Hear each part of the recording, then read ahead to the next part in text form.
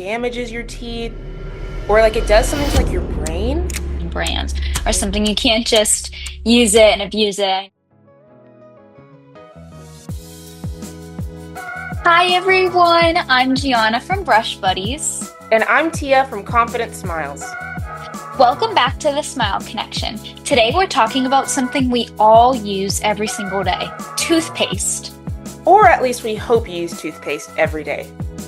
Seriously though, have you ever gone to buy toothpaste and suddenly realized there are like 50 different kinds? All the time. Whitening, sensitive, enamel repair, charcoal, fresh breath. It's crazy. So today we're breaking down what some of those labels actually mean so you can learn to shop smarter. Let's start with a question. When you buy toothpaste, how do you decide which one to get? Honestly, I usually look for a toothpaste brand with higher fluoride content. I try to stay away from the whitening brands. I just get a good tried and true Colgate or some Crest. What about you? Honestly, I kind of do the same thing. I just stick with like the biggest brands out there, which are usually like the first one that you see. So like Colgate, Crest, and honestly, my parents do a lot of like the toothpaste shopping, and so they pick up a little bit of everything because my dad uses sensitive toothpaste, my mom uses like gum repair toothpaste, and so from that batch, I'm like, all right, I'm gonna go with this one. That's how I pick. But now I want to hear from you guys. When you're buying toothpaste, how do you know which one to choose? Do you always buy the same one? Do your parents pick it out for you? Or do you just grab whichever is on sale and looks the coolest? Let us know in the comments. We're curious to see how everyone shops. Now, while you're shopping, you've probably noticed that almost every brand of toothpaste has toothpaste labeled as whitening. It seems like no matter where you look, there's always one promising a brighter smile. And with so many options, it's easy to wonder, does whitening toothpaste actually work or is it just good marketing?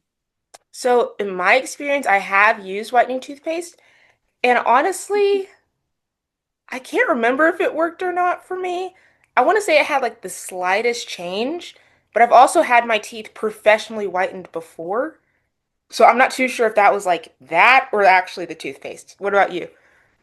So I do not use whitening toothpaste. I've found that I have sensitive teeth, so I stick to those toothpaste brands with that higher fluoride content. And I've sometimes went to the dentist and gotten the medical toothpaste where it is higher fluoride content. But I use the whitening thing. If you see kids on TikTok with the blue light, I Oh, use yeah. that plugs into my phone, and I personally see effects with that, but I don't usually use whitening toothpaste. Oh, I need to try that out. I've never heard of that before, so that sounds cool. It But is. I think a lot of us expect whitening toothpaste to completely transform our smiles after a few uses. But whitening toothpaste mainly helps remove surface stains from things like coffee, tea, or certain foods. It doesn't actually change the natural color of your teeth overnight. So if you're someone who eats foods that stain your teeth easily, whitening toothpaste could potentially be worth it. But if you already avoid stain-causing foods, then whitening toothpaste won't add any additional benefit to your smile. The final verdict is that whitening toothpaste is one of those things that depend on your expectations. Now, this next one is probably one of the most talked about toothpaste ingredients online. Almost every brand of toothpaste includes fluoride. Fluoride helps strengthen enamel and prevent cavities, which is why most dentists recommend using fluoride toothpaste. However, many people find fluoride controversial for many different reasons. There's a lot of information and opinions online about it, so it's important to get advice from dental professionals and do more research on your own. Have you seen many fluoride debates online? Honestly, I've seen a few on like Instagram, but like they always have like that like creepy music behind it, and so I'm like, okay, like I don't know if they're like being serious or not. But the biggest thing that I've heard is like it damages your teeth or like it does something to like your brain. And I'm like, I don't know how true that is because apart from having fluoride in our toothpaste, we also have it in our water. And they never talk about like the fluoride in the water. They always talk about the No. fluoride in the toothpaste. I know when I go to the dentist, they always ask if I want to do the fluoride treatment. I always say no, just because you already get enough fluoride in your toothpaste that you use. I've used Clinpro, which is the higher content of fluoride as toothpaste sometimes. Hmm. I personally have never seen any effects. I've never gotten a cavity before. So is that because of the fluoride or is it because of my dental habits? I'm not sure, but it seems like a really hot button topic, especially for dentists. Yeah, that's a really good point. So, same with the fluoride. I don't get it as often anymore. I think the last time I got it was when I was like 8 or 9. The only like issue surrounding fluoride that I've like researched and heard about is like if you do have excess fluoride, like there's fluoride in the water, fluoride in your toothpaste, and like you, Gianna, use even more fluoridated toothpaste. I've heard like in some other people, it can cause like your teeth to get like it makes your teeth like change an interesting color. Like it adds like little fluoride color spots to it. Do you know what I'm talking about? Yes, I think I've seen that. It's just, I think probably from improper rinsing, or maybe there's abuses of using fluoride toothpaste. I think it's always important, especially when you're using whitening brands or something. Mhm. You can't just use it and abuse it. I know we saw the video, there's an episode in Friends where Ross goes a little Yes. crazy on whitening and his teeth end up like glowing in the dark. So I always think it's important to do everything in moderation. So that's another factor. Awesome. Yeah, for sure. That episode's so funny. Yeah. At the end of the day, fluoride is most widely recognized to have extreme benefits to oral health. So the final verdict is that fluoride toothpaste is worth the hype. All right, moving on to sensitive teeth. Have you ever been into ice cream and instantly regretted it? Yes, my teeth always get that weird sensitive like sensation and it kind of hurts sometimes. Yes. So, guys, if this has ever happened to you, then you might have sensitive teeth. And if you have sensitive teeth, you might want to look for a toothpaste that's specially made for sensitivity. These toothpastes are designed to help reduce sensitivity over time. So with constant use, things like cold drinks or ice cream may become a bit more comfortable. What's your favorite cold dessert to eat? So, I do love ice cream. I mean, that's a fan favorite. And honestly, every morning I always have like a smoothie bowl. So, I mean, those are usually pretty chilly. I personally don't think I have sensitive teeth. When I was younger, I used to, like, especially in like my front teeth. But for some reason, I guess I've just gotten like used to it or tolerance have like has like built up to where I don't really get that feeling anymore. How about you? So my favorite is definitely probably ice cream. I mean, I work at an ice cream shop, so I reap those employee benefits.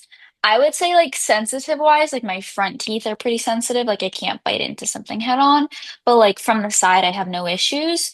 And it's something that I've had, and I think maybe it's just the extreme cold temperatures. I don't think most people can bite like an ice cream cone head on and not see a chill, but I also get lots of brain freezes. So maybe there's like a correlation between that as well. That'd definitely be like interesting to research. And I know you just said like you use sensitive toothpaste. Like, does that like really help with it or like just a little bit? I don't think I've seen much of a difference. I mean, it's not to the point where my teeth are painful or anything. It's just, it's cold and I Uh-huh. wouldn't say it's an enjoyable feeling, but it's not something that's painful.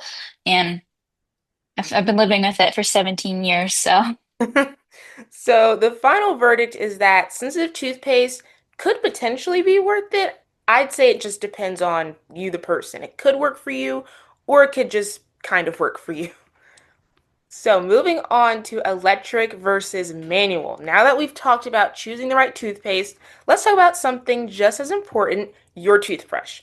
One question we hear all the time is, are electric toothbrushes actually better than the manual ones?